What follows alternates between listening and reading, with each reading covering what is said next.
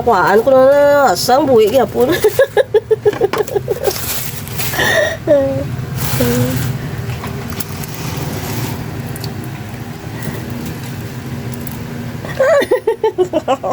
Gumagalaw po, fresh tilapia.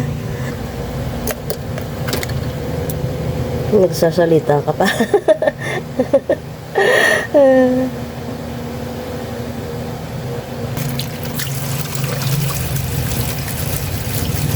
Sariwang tilapia guys, bagong huli. Natatawa ako dito sa tilapia dahil natanggal na yung hasang, pituka, yung lamang loob, kaliskis, pero buhay pa rin. Ang dami nitong tilapia, mahirap din itong linisin. Pero okay lang yan. Kapag pinaghirapan mo daw ang isang bagay, mas nagiging sulit ang bawat sakripisyo. Dahil ang pagluluto, nasa puso yan. Yung may pagmamahal. Wala yan sa galing sa pagluluto, kundi dahil mahal mo yung ginagawa mo.